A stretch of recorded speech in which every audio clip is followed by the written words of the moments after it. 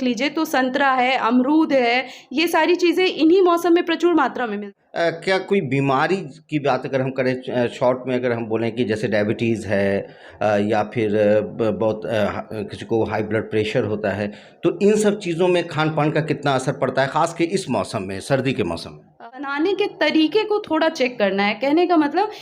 नमस्कार, आदाब, सत श्री अकाल। लाइव नेशन 7 में आपका स्वागत है। मैं शादाब मलिक। सर्दी का मौसम है और दूसरी तरफ कोरोना भी दस्तक दे रहा है। ऐसे में खान पान कितना महत्वपूर्ण है सेहत के लिए और बीमारियों से खुद को बचाने के लिए। हमारे साथ मौजूद हैं पारस HMRI पटना की चीफ डाइटिशियन सुकृति कुमारी। हम उनसे बात करते हैं और जानने की कोशिश करते हैं कि किस तरह का खान पान हमें रखना ज़रूरी है। लाइव नेशन 7 में आपका स्वागत है। नमस्कार, बहुत बहुत धन्यवाद शादाब आपका। मेरा नाम सुकृति कुमारी है।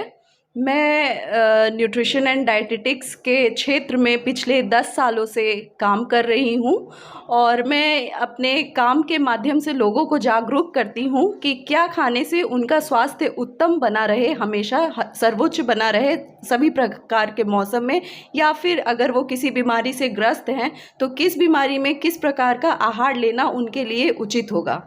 आज हम लोग बात कर रहे हैं कि किस मौसम में किस प्रकार का खाना खाना हमारे लिए उचित है। और जैसा कि हम सभी लोग देख सकते हैं कि अभी का जो वातावरण है ये बहुत ही एडवर्स सिचुएशन चल रहा है।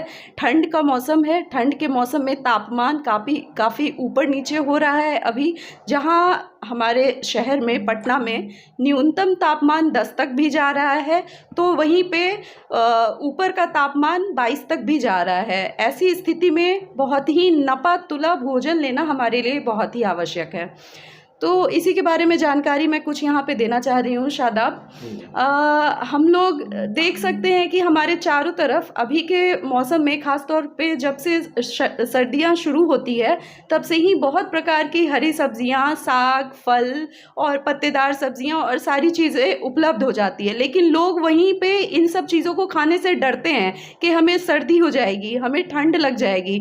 तो वहीं पे ये सोचने वाली बात है कि अगर ठंड के मौसम में इन चीज़ों से ठंड लगती हो किसी को तो इन टेम्परेचर में ये सारी चीज़ें उपलब्ध ही नहीं होती। प्रकृति भी सपोर्ट करता है कि ये सारी चीज़ें बिल्कुल, मैं एग्जैक्टली यही कहना चाह रही हूँ कि प्रकृति हमें हमारे ज़रूरत के हिसाब से ही सारी चीज़ें प्रदान करती है। तो अगर हमारे पास जितने भी फल हैं, खट्टे वाले फल खास तौर पे अगर आप देख लीजिए तो संतरा है, अमरूद है, ये सारी चीज़ें इन्हीं मौसम में प्रचुर मात्रा में मिलती हैं। इसका मुख्य कारण है क्योंकि इसमें प्रचुर मात्रा में विटामिन सी पाया जाता है। सिट्रस फ्रूट्स में पोटेशियम काफ़ी अच्छी मात्रा में पाए जाते हैं जो हमें सर्दी खांसी से बचा के रखते हैं। लेकिन यहीं पे लोग इसका विपरीत अनुमान लगाते हैं और ऐसे फलों को खाने से बचते हैं, जबकि यहाँ पे हमें ऐसे मौसम में हमेशा इन फलों का सेवन बढ़ा देना चाहिए अपने खाने में और नियमित रूप से ऐसे फलों को अपने खाने में शामिल करना चाहिए। तो क्या कोई बीमारी की बात अगर हम करें शॉर्ट में अगर हम बोलें कि जैसे डायबिटीज़ है या फिर बहुत किसी को हाई ब्लड प्रेशर होता है, तो इन सब चीज़ों में खान पान का कितना असर पड़ता है, ख़ास के इस मौसम में, सर्दी के मौसम में? सर्दियों के मौसम में भी इन बीमारियों का कहीं से भी प्रकोप कम नहीं हो जाता है। हाँ, ये ज़रूर होता है कि सर्दियों के मौसम में हमारे खाने का, हमारा डाइट इंटेक जो है वो बढ़ जाता है।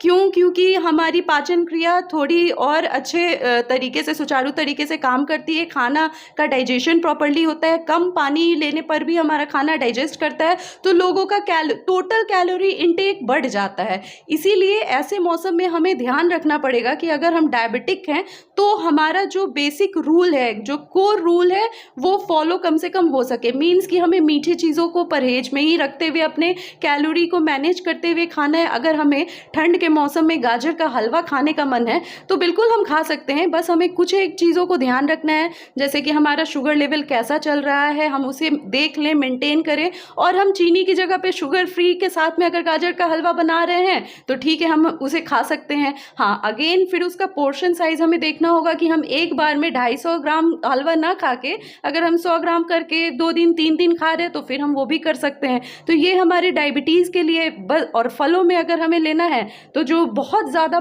मीठे फल हैं, जैसे केला है, पका केला है, चीकू है और शरीफा है, इसका अभी सीज़न है, पर डायबिटिक के लिए बहुत हेल्दी नहीं माना जाता है। लेकिन हम यहीं पे संतरा खा सकते हैं रोज़, अमरूद खा सकते हैं रोज़, सेब खा सकते हैं, पपीता खा सकते हैं, बहुत सारे फल हैं। तो यहाँ पे मैं ये कहूँगी कि अगेन अगर आप डायबिटिक हैं या आप हाइपरटेंसिव है तो आप अपने कस्टमाइज्ड डाइटिशियन से मिलिए, उनसे सलाह लीजिए कि आपके लिए क्या उचित फल है, आपके लिए क्या उचित खाना है, आपके रिपोर्ट्स कैसे हैं, आपका शुगर लेवल कैसा है, और उसके अकॉर्डिंग एक कस्टमाइज्ड डाइट चार्ट जो आपके लिए सूटेबल हो उसको फॉलो करने की कोशिश कीजिए। तो आप ज़रूर ही हर मौसम का मज़ा अपने खान पान के साथ उठा सकते हैं। अच्छा, कोरोना भी कभी कई मामला सामने आता हुआ दिखा है, ऐसे में क्या खान पान उसके लिए भी ज़रूरी है कि हम उस कोरोना से भी खुद को बचाव के लिए या फिर कहें कि खुद के इम्यून शक्ति को बढ़ाने के लिए क्या कुछ ऐसा भी ज़रूरी है? बिल्कुल शादाब, ये बहुत ही अच्छी बात आपने कही, क्योंकि अभी हमारे लिए ये चर्चा का विषय है चारों तरफ कि कोरोना फिर से दस्तक दे रहा है और इससे परेशानी लोगों की ना बढ़े, इसलिए पहले से इसकी तैयारी करके हम लोगों को रखनी चाहिए और हमें अपने इम्यूनिटी को इस लेवल पे बना के रखना चाहिए कि जब कोरोना अगर आए भी तो उसका प्रभाव हमारे ऊपर ज़्यादा ना पड़े। तो अगर इम्यूनिटी की बात करें तो जितना ही आप प्रोसेस्ड और पैकेज्ड फूड आइटम की तरफ जाएंगे उतनी ही आपकी इम्यूनिटी कॉम्प्रोमाइज्ड होती है।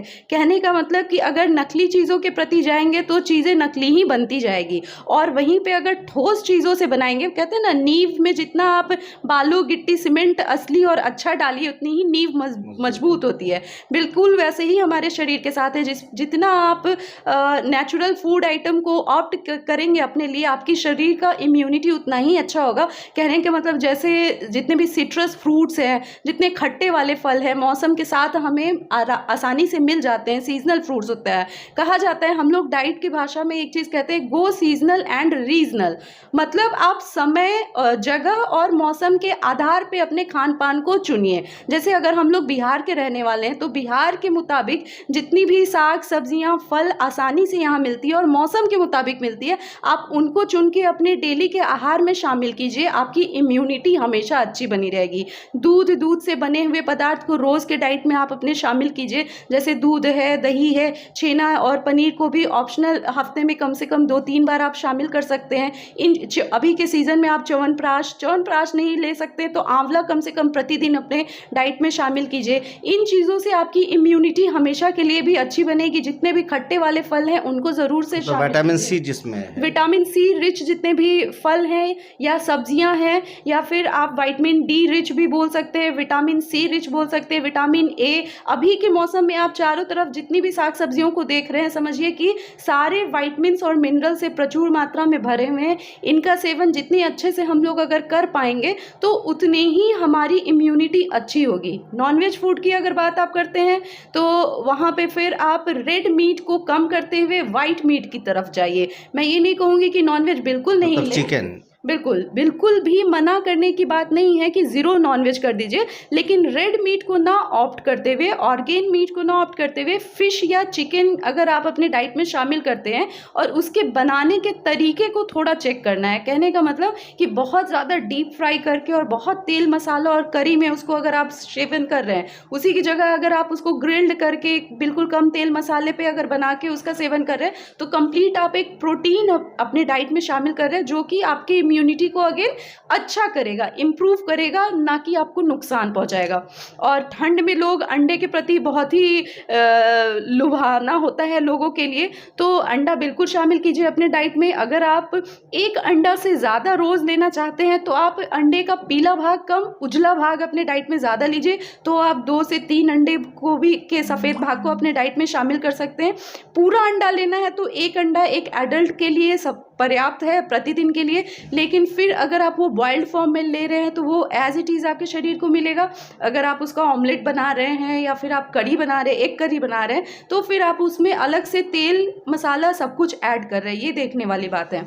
बच्चों के लिए एग यॉक वहीं पे बहुत ही अच्छा है, जो पीला भाग है अंडे का वो बच्चों के लिए काफ़ी अच्छा होता है, तो आप अपने बच्चों को रोज़ भी एक अंडा का पीला भाग ज़रूर से खाने में दे सकते हैं। बहुत बहुत धन्यवाद।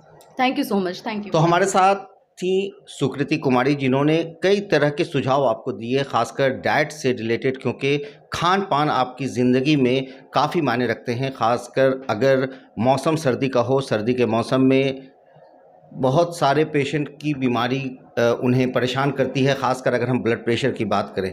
तो ऐसे में ये सुझाव हमें गौर करना चाहिए और ज़रूर इस पर अमल करना चाहिए, ताकि हम स्वस्थ रहें। सेहत हमारी पूंजी है, सेहत अच्छी रहेगी तो सब कुछ अच्छा रहेगा। बने रहे हमारे साथ, देखते रहे हमारा वीडियो। अगर अभी तक आप लोगों ने हमारे चैनल को सब्सक्राइब नहीं किया है तो ज़रूर कर लें, साथ साथ चैनल पर हमें फॉलो ज़रूर करें। धन्यवाद।